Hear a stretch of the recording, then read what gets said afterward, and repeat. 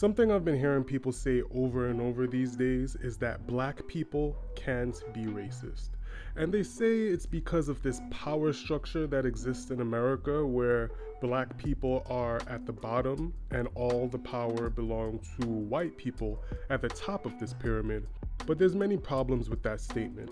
First, it makes a huge assumption that black people don't have power, which wrong. Black people actually do have power, and I'll speak about what exactly that power is a little later on in this video.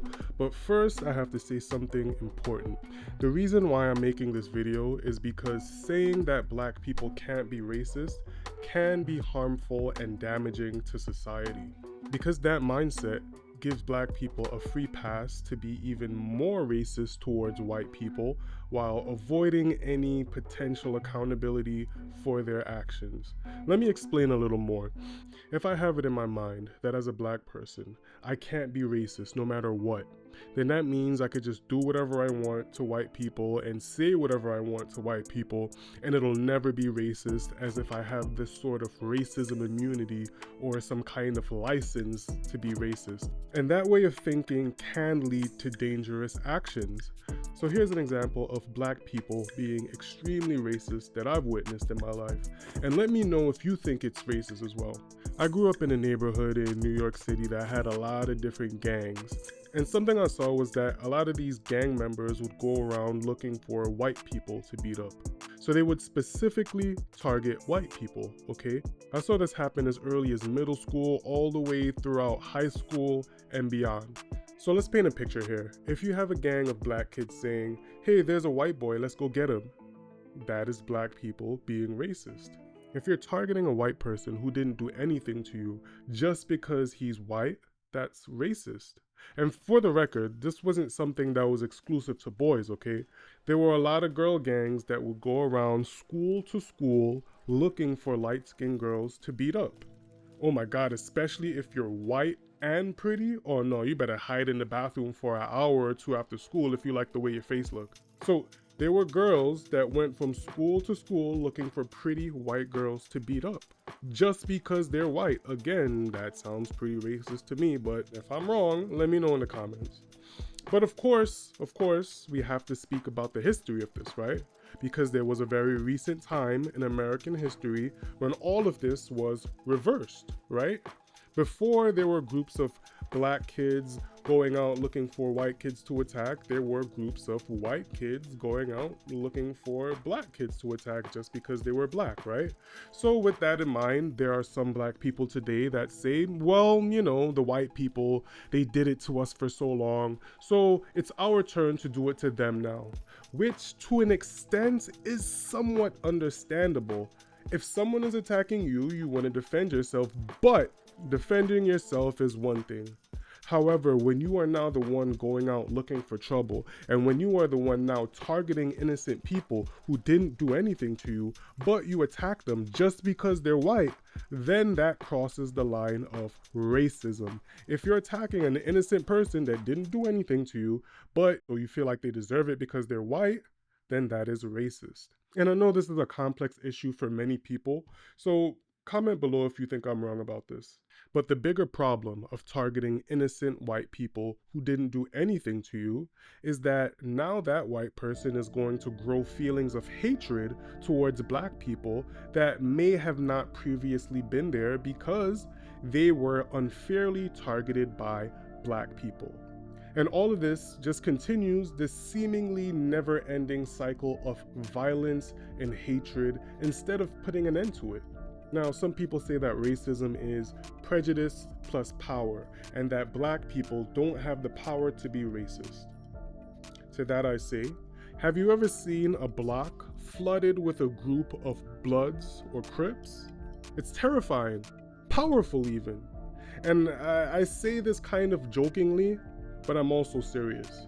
Because, of course, street gangs are not as powerful as, say, the American military or a police force, but there is power in black gangs being able to operate the way that they do in the streets and in prisons. The strength and unity of black gangs is one aspect of black power that many people don't really want to acknowledge as real power, since They are illegal institutions, but they do have power. Just like there's power in the white gangs that have existed throughout history too, like the Italian mob, the Irish mob, the Russian mob, the Greek mob, the Hells Angels, and the countless other motorcycle gangs. There are many white gangs that are still in operation today, but we don't really know as much about them because their members don't make music. But the point is, street gangs have power. Oh my God, I remember one time I came home from school and on my block there was a sea of Crips wearing blue bandanas. And some of them had guns just blatantly out like it was nothing. And I don't know if they were going to some kind of Crip convention or something, but it was terrifying. And it looked like they were getting ready to go to war. Oh, I was such a terrified little 8-year-old. Ah, good times, good times. But here's another way that black people have power to think about. There is also power in black people being able to weaponize the sympathy that people feel for them because of the messed up things that happen to them throughout the history of this country. And don't get me wrong, I don't even think that weaponizing sympathy is necessarily a good or bad thing. Like with most weapons, it all depends on how you use it that determines if it's good or bad. And you know what? I'm gonna have to do a video on that topic by itself, on black people who weaponize sympathy and some of the pros and cons of it. So look out for that one. But for now, let's look at a powerful example of weaponized sympathy. We live in a time where a black person can actually get you fired from your job just by recording you, calling you racist, and posting it online. Yeah, that's power. It's an unconventional form of power, but it is power nonetheless. So some of the power that black people have today can be a bit abstract because a lot of their power relies on either getting sympathy for mistreatment or sometimes in threats of violence. And there are other aspects of black power as well, such as the influence that black culture has had on society, but that's mostly reserved for celebrities and other black famous people. It's hard for the average everyday black person to tap into being culturally influential. But when it comes to weaponized sympathy and or threats of violence, these are some of the more easily accessible forms of power that way more black people have access to. Now here's another angle of how black people can be racist to think about. In the world, there are religious groups of black people that believe that all white people are devils. They teach that all white people are devils just because they're white and that there's nothing they can do about it. And I'm not going to say the name of these groups because I believe they are truly evil and I don't want to give them any promotion, but you may have seen videos of these crazy people yelling at white people on the streets, both old and young, sparing no woman or child, telling them that they are devils. Now, on the surface, this may not seem that harmful, right, if you just ignore them. But when you have people shouting these things on the street, it can cause a lot of conflict and instability in society. You know, I've always wondered what goes on in the mind of a little white child when he gets called evil or the devil for being white, which is something they can't even control.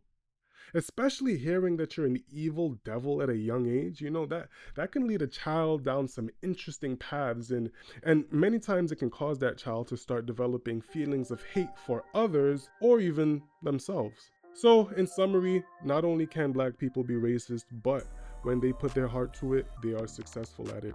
And I think we need to stop this idea of black people not being able to be racist. Send this to someone who believes that black people can't be racist, because I'm genuinely curious to know their opinions and why they think the way that they do. And make sure to let them know this is coming from a black person too, because I know that some black people can be a bit defensive on who speaks up on black issues. Hey, check out my horror gaming channel too, where I play all sorts of crazy, scary horror games.